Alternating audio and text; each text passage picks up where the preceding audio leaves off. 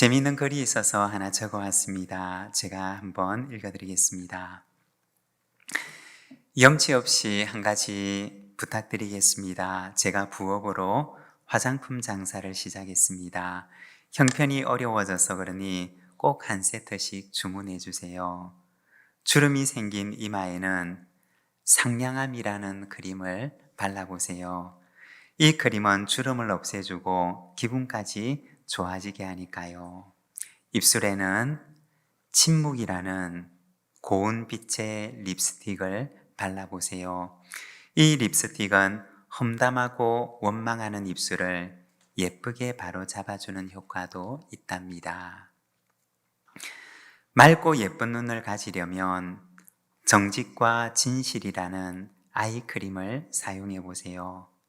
최선의 효과를 얻으려면 어디를 가든지 이 크림을 소지해야 합니다. 피부를 곱게 하고 싶으면 미소라는 로션을 바르세요. 피부가 촉촉하고 부드러워집니다. 거울을 보고 미소를 지으며 하루를 시작하면 날마다 행복할 수 있습니다. 아주 성능이 좋은 세안 비누가 있습니다. 미안입니다. 미안이 최고입니다. 참.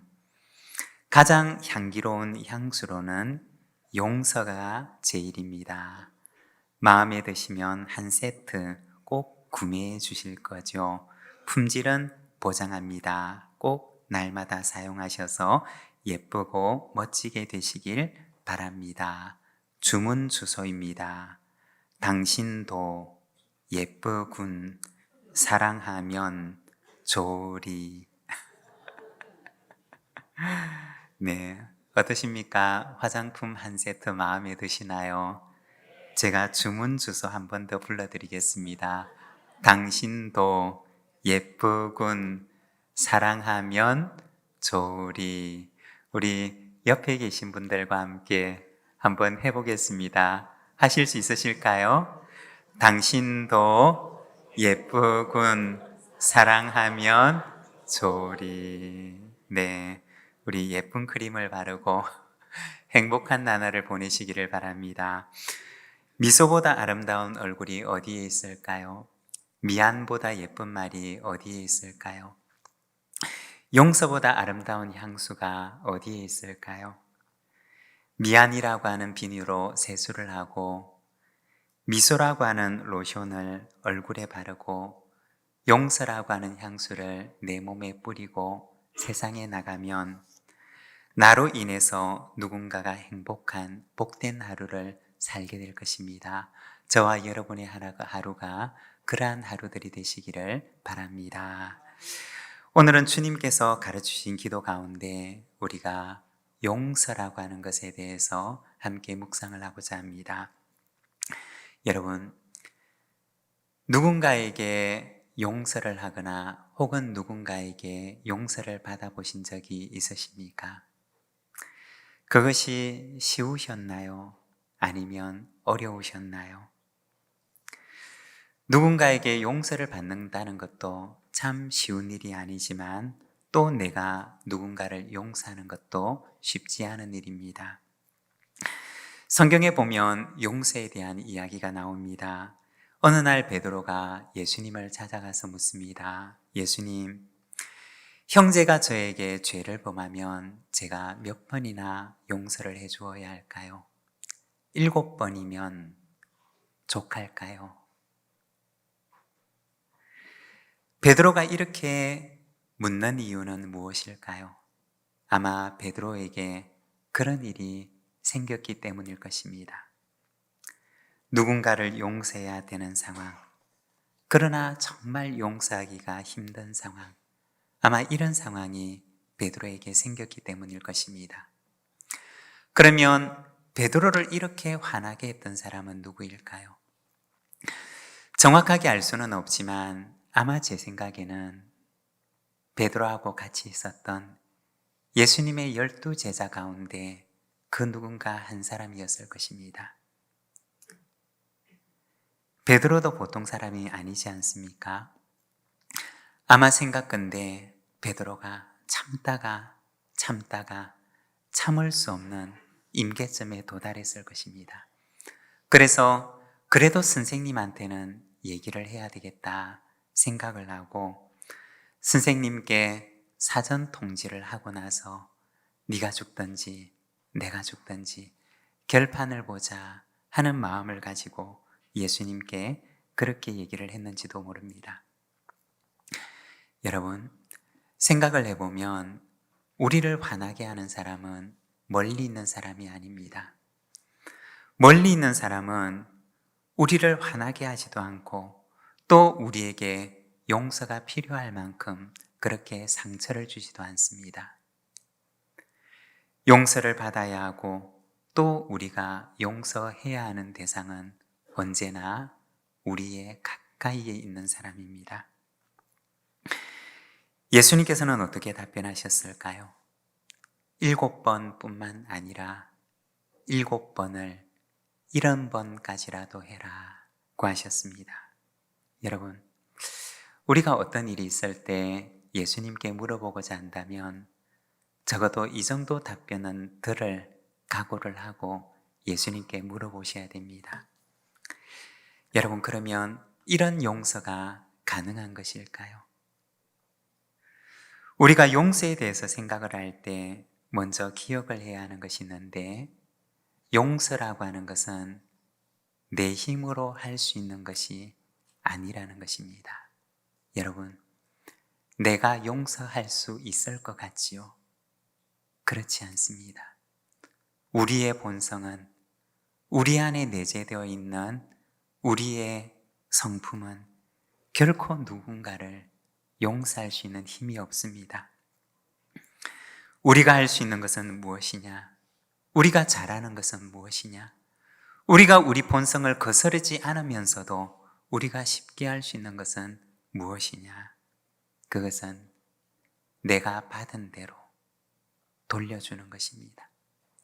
내가 받은 만큼 돌려주는 것, 혹은 그 이상으로 돌려주는 것, 이에는 이로, 눈에는 눈으로 내가 받은 대로 돌려주는 보복이 바로 우리가 우리의 본성을 거스르지 않고서도 우리가 쉽게 할 수 있는 일들입니다. 인류의 역사를 보게 되면 바로 이러한 역사였습니다. 누가 누군가를 공격하면 그것을 상대방에게 보복을 하고 또 상대방이 보복을 하면 그 이상으로 보복을 하는 것, 이것이 바로 인류가 걸어온 길이고 또 우리들이 걸어온 삶이라는 것입니다. 그런데 이와 같은 끊임없는 보복의 고리를 끊을 수 있는 것이 무엇이냐? 그것이 바로 용서라는 것입니다. 베드로는 분에 찬 마음을 가지고 예수님께 와서 묻습니다. 예수님, 형제가 내게 죄를 범하면 제가 몇 번이나 용서해야 할까요? 7번까지 할까요? 그러자 예수님께서는 베드로에게 말씀하시기를 베드로야 7번을 70번까지라도 하라고 하십니다. 이 말은 무엇일까요? 용서는 너의 힘으로 할 수 있는 것이 아니다 한다 라는 말씀입니다. 여러분, 우리가 살아가면서 누군가를 용서하고자 하지만 용서가 안 되는 경우들이 있습니까? 정말 내 마음이 허용하지 않는 그런 경우들이 있습니까? 그렇다면 사실은 내가 이상한 사람이 아닙니다. 내가 이상하기 때문에 그런 마음을 품게 되는 것이 아닙니다. 그것은 너무나 당연한 우리의 본성인 것입니다. 왜냐하면 내 속에는 그것을 할 수 있는 능력이 존재하지 않기 때문입니다. 그러면 주님께서 가르치신 용서라고 하는 것은 무엇을 말하는 것일까요? 우리가 우리에게 죄 지은 자를 사하여 준 것처럼 우리의 죄를 사하여 주옵소서라고 예수님께서는 용서를 위해 기도할 것을 말씀하셨습니다. 주님께서 말씀하신 그 용서는 무엇을 말하는 것일까요? 먼저 첫 번째, 그것은 하나님의 행위로서의 용서를 말하는 것입니다. 여러분, 용서는 하나님의 행위입니다. 하나님께서 끊임없이 우리들에게 보여주셨던 것이 바로 용서라는 것입니다. 우리가 성경의 이야기들을 보게 되면 성경의 이야기는 바로 이러한 용서의 이야기들을 우리에게 보여줍니다. 아담이 죄를 범하였지만 하나님께서 그를 용서하십니다. 하와가 죄를 범하지만 하나님께서는 그 죄를 덮어주십니다. 아브라함이, 이삭이, 야곱이 그들이 죄를 범하지만 끊임없이 하나님을 거역하는 그 인간들을 참으시고 용서하셨던 이야기가 바로 성경의 이야기입니다. 광야에서 하나님께서는 그들을 돌보시고 지켜주시지만 이스라엘 백성들은 끊임없이 원망하고 불평합니다. 가나안에 들어갔지만 그들은 하나님을 거역하고 자기 소견대로, 자기 소견에 옳은 대로 행하면서 하나님을 거절합니다. 그러나 하나님께서는 계속해서 그들을 참으십니다. 그리고 그들을 용서하십니다. 또 그들에게 다시 기회를 주십니다. 이것이 바로 성경이 보여주는 하나님의 이야기라는 것입니다. 성경에서는 이것을 사랑이라고 하는 말로 말씀을 하는데 요한 1서 4장 10절의 말씀을 보면 이렇게 말씀을 합니다. 사랑은 여기 있으니 우리가 하나님을 사랑한 것이 아니요 하나님이 우리를 사랑하사 우리 죄를 속하기 위하여 화목제물로 그 아들을 보내셨습니다. 여러분, 성경의 역사들을 보면 우리가 하나님을 사랑했던 역사는 나오지 않습니다. 그러나 하나님께서 우리에게 보여주신 것이 바로 사랑인 것입니다. 사랑의 속성이 무엇인가요? 그것은 오래 참는 것입니다. 요한 1서에서는 우리가 하나님을 사랑한 것이 아니라 하나님께서 우리를 사랑하셨다고 하면서 바로 하나님의 사랑의 역사를 우리에게 보여주는 것입니다. 예수님의 기도를 보게 되면 우리의 죄를 사하여 주옵소서라고 말씀하시는데 여기서 죄라고 하는 말은 히브리어로 그 뜻을 보게 되면 빚이라고 하는 말과 같은 말로 사용을 합니다. 마태복음 18장에 보면 베드로가 예수님에게 예수님, 형제가 제게 죄를 범하면 제가 몇 번이나 용서해 주어야 할까요? 라고 묻습니다. 그때 예수님께서는 베드로에게 한 이야기를 들려주십니다. 큰 빚을 진 종의 이야기, 그리고 그 빚을 탕감해 주었던 왕의 이야기를 들려주십니다. 어느 정도 빚을 지었느냐? 1만 달란트의 빚을 지게 됩니다. 여러분, 1만 달란트라고 하는 금액이 얼마나 될까요? 당시의 기준으로 환산을 해보면 1달란트, 그러니까 1달란트의 가치는 노동자가, 근로자가 20년 동안 일을 해서 받은 20년치의 연봉을 가리키는 말이라고 합니다. 그러면 여러분 1만 달란트는 어떻게 될까요? 20년 곱하기 만, 그러니까 20만 년 동안 근로자가 일을 해서 한 푼도 쓰지 않고 모아야지 모을 수 있는 금액이라는 것입니다. 여러분, 우리가 20만 년이나 살 수가 있을까요? 20만 년 동안 모아야 하는 그런 금액을 우리가 모을 수가 있을까요? 1만 달란트라고 하는 것은 한 개인이 갚을 수 있는 금액이 아니라는 것입니다. 다른 말로 하게 되면 이 사람은 갚을 수가 없는 빚을 진 사람이라는 것입니다. 그런데 어떤 일이 일어났느냐? 그 빚을 어느 날 하루아침에 탕감을 받은 것입니다. 여러분 생각을 해보십시오. 20만 년 동안 갚아야 하는 그 엄청난 빚을 어깨에 짊어지고 살았는데, 그 무거운 짐을 지고 살았는데, 어느 날 너무나 놀라운 소식이 이 사람에게 주어지는데 왕이 그 빚을 탕감해 주었던 것입니다.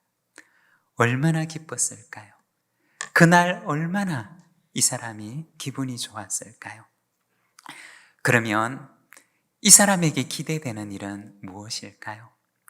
너무나 기쁜 마음으로 나와서 이제 일평생 동안 왕이 자기에게 보여주었던 그 은혜대로 자기도 누군가에게 그 은혜를 갚으며 살아가는 것, 이것이 바로 이 사람에게 기대되는 일일 것입니다. 그런데 예수님께서 들려주신 이 이야기를 보면 하나의 반전이 나옵니다. 탕감을 받았던 그 사람이 탕감받고 가는 그 길에서 자기에게 100데나리온 빚을 진 사람을 만나게 됩니다. 100데나리온은 얼마만큼의 양이냐? 근로자가 100일 동안 일을 해서 벌 수 있는 금액입니다. 여러분, 석 달치 월급보다 더 많은 금액인 것입니다. 그만한 빚을 진 사람을 탕감받고 나가던 길에 만난 것입니다. 어떻게 하였느냐? 그 사람의 목을 붙들고 빚을 갚으라고 독촉을 합니다. 조금만 더 말미를 달라고 요청을 하자 이 사람이 참지를 못하고 그 사람의 목을 붙들고 데리고 가서 옥에 가두어 버립니다. 이것이 바로 예수님께서 베드로에게 들려주셨던 이야기입니다. 예수님의 말씀은 무엇일까요? 먼저 첫 번째는 하나님의 용서의 크기입니다. 하나님의 용서가 얼마나 큰지를 말해주는 것입니다. 그리고 두 번째, 인간의 용서가 있기 전에 하나님의 용서가 우선하였다는 것입니다. 그 이야기의 결론은 무엇일까요? 마태복음 18장 33절에 보면 이렇게 말합니다. 내가 너를 불쌍히 여김과 같이 너도 내 동료를 불쌍히 여김이 마땅하지 아니하냐. 예수님의 결론적인 이야기입니다. 그리고 한마디를 더 붙여 말씀하시는데 18장 35절에서는 이렇게 말씀을 하십니다. 너희가 각각 마음으로부터 형제를 용서하지 아니하면 나의 하늘 아버지께서도 너희에게 이와 같이 하시리라. 형제를 용서하지 않는 사람은 하나님의 용서를 모르는 사람이라는 것입니다. 이것이 베드로의 물음에 대한 예수님의 답변이었습니다. 주님께서 가르치신 용서는 먼저 하나님의 용서였습니다. 하나님의 용서가 얼마나 큰지를 말씀하셨고, 그리고 이어서 하나님의 용서가 우리의 용서보다 우선하였다는 것을 말씀해 주는 것입니다. 그리고 두 번째, 주님께서 가르치신 용서는 하나님의 행위에 대한 나의 반응입니다. 용서가 무엇이냐? 하나님께서 행하셨던 그 행위와 그 일에 대해서 우리가 보여야 하는 반응이라는 것입니다. 오늘 본문 12절에 보면 이렇게 말씀을 합니다. 우리가 우리에게 죄 지은 자를 사하여 준 것 같이 우리 죄를 사하여 주시옵고. 말씀을 그대로 한번 띄워봐 주시기를 바랍니다. 여러분, 이 말씀을 보면 누구의 용서가 우선하고 있나요? 마치 이 순서를 보게 되면 우리가 먼저 용서를 하고 하나님의 용서가 뒤따르는 것처럼 보입니다. 그렇지만 이 말을 바꾸어서 말을 하면 이 기도는 어떤 기도이냐? 하나님, 만일에 우리가 살면서 우리가 내 형제를 용서하지 않는다면 하나님, 우리의 죄도 용서해 주지 말아 주십시오 라는 기도인 것입니다. 만일에 우리가 그 큰 용서를 받은 사람인 줄을 모르는 것처럼 우리가 그렇게 용서할 줄 모르고 산다면 하나님, 우리는 하나님의 용서에 합당한 자가 아니고 하나님께서도 우리의 죄를 용서하지 말아 주십시오 라고 하는 기도인 것입니다. 이것은 용서의 순서를 말하는 것이 아니라 용서받지 않은 자처럼 살아가는 우리의 죄성에 대한 말씀이라는 것입니다. 우리가 용서할 수 없는 이유는 무엇일까요? 그것은 내 안에 탕감받은 자에 대한 감격이 없기 때문인 것입니다. 탕감받은 그 은혜에 대한 감격이 내 안에 없기 때문에 우리는 용서할 수가 없는 것입니다. 탕감받은 감격이 없는데 어떻게 내가 누군가를 탕감해 줄 수가 있겠습니까? 이 말씀은 용서할 수 없는 사람은 하나님의 용서를 모르는 사람이라는 것입니다. 아니면 용서의 감격이 식어져서 지금은 내 안에 누군가를 용서할 수 있는 힘이 없는 것을 말하는 것입니다. 예전에 참 많이 불렀던 복음송 가운데 오늘 집을 나서기 전이라고 하는 찬양이 있습니다. 이 찬양의 3절에 보면 가사가 이렇게 찬양을 합니다. 마음에 분노 가득할 때 기도했나요? 나의 앞길 막는 친구 용서했나요? 기도는 우리의 안식, 빛으로 인도하니 앞이 캄캄할 때 기도 잊지 마세요.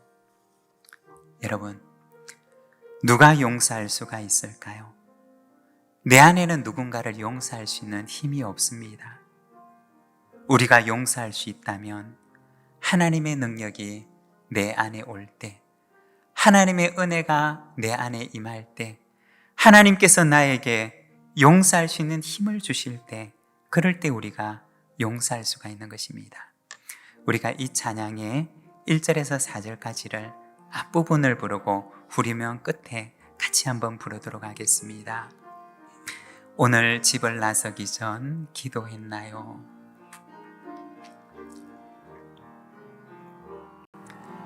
오늘 집을 나서기 전 기도했나요? 오늘 받을 은총 위해 마음에 분노 가득할 때 기도했나요? 마음에 분노 가득할 때 기도해 나의 앞길 막는 친구 용서했나요? 나의 앞길 막는 친구 어려운 시험 당할 때 기도했나요? 어려운 시험 당할 때 기도해 주가 함께 당하시면 능히 이기리 주가 함께 당하시면 능히 나의 일생 다하도록 기도하리라 나의 일생 다하도록 주께 맡긴 나의 생애 영원하리라 주께 맡긴 나의 생애 영원 기도는 우리의 안식 빛으로 인도하니 기도는 우리의 안식 빛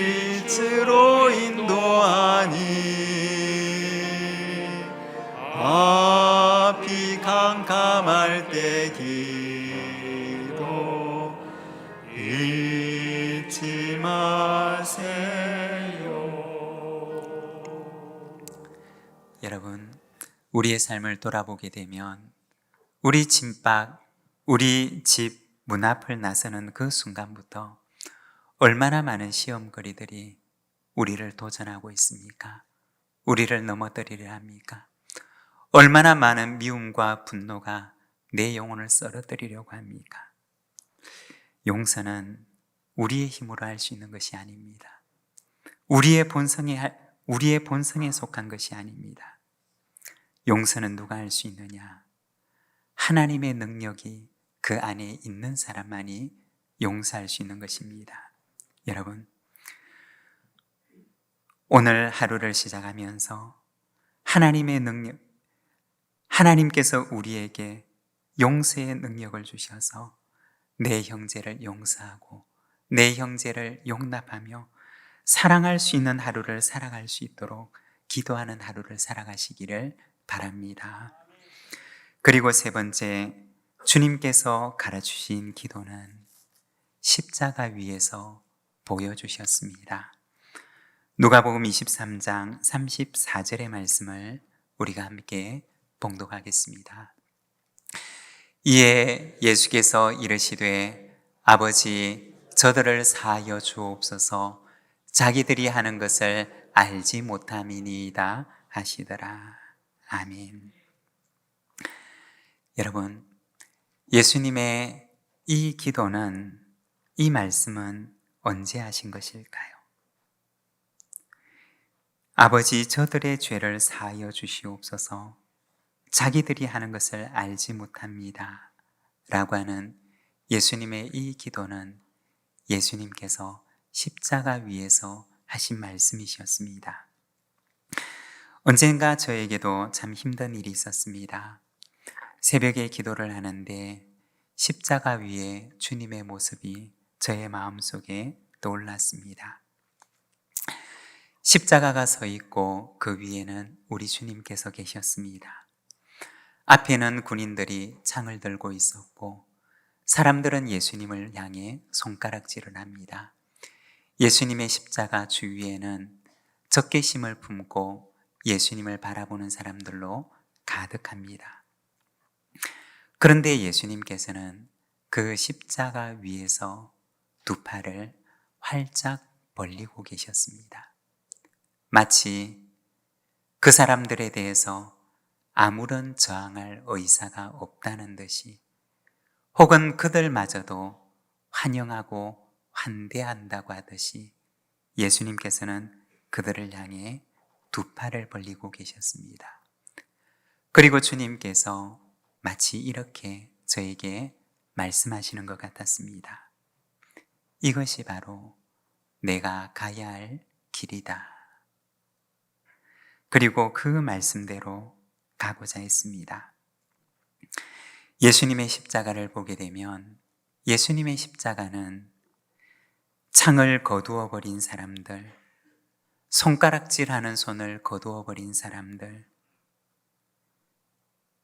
적개심을 거두어 버린 사람들 앞에 서 있는 것이 아니었습니다. 그들은 여전히 적개심을 가지고 있었고 그들의 손가락은 여전히 예수님을 향해 있었고 그들의 창끝은 여전히 주님을 겨누고 있었습니다. 그러나 주님께서는 그들을 향해 두 팔을 활짝 벌리고 계셨습니다.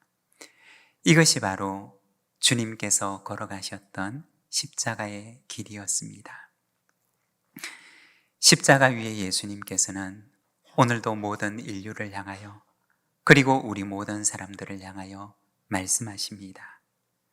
나를 따르고자 하는 자는 자기의 십자가를 지고 나를 따르라고 하십니다. 여러분, 용서의 십자가는 내 힘으로 질 수 있는 십자가가 아닙니다. 예수님께서도 그 십자가를 지시기 위해 겟세마네 동산에 올라서 밤이 새도록,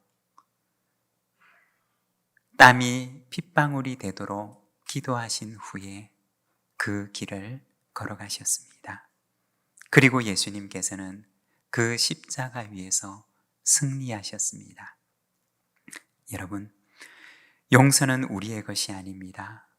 용서는 하나님의 것입니다. 하나님께서 우리에게 능력 주실 때만 우리가 그렇게 예수님처럼 살아갈 수가 있는 것입니다. 우리 시간에는 함께 기도하기를 원합니다. 용서의 삶은 우리의 힘으로 살아갈 수 있는 삶이 아닙니다. 우리의 능력으로 할 수 있는 것이 아닙니다. 주님께서 우리에게 힘 주실 때 가능한 것입니다. 주님, 우리에게도 용서의 능력을 주시고 입술로만 주여 주여 하는 자가 아니라, 입술로만 예수를 따르겠다고 하는 자가 아니라 예수님께서 걸어가신 그 길을 나도 내 십자가 바로 지고 주님의 뒤를 따르는 예수님의 제자로 이 세상 가운데 살아가게 하옵소서. 나에게 속한 것이 아니지만 그러나 용서라고 하는 그 하나님의 언어로 이 세상에 말하는 자가 되게 하여 주시옵소서. 우리 시간 우리의 연약한 죄성을 주님 앞에 고백하며 주님을 따르지 못하는 우리의 본성을 주님 앞에 고백하며 오늘도 우리에게 예수님을 따라 살아갈 수 있는 힘을 허락해 주시옵소서. 우리 시간 함께 하나님께 기도하면서 나가겠습니다. 기도하겠습니다.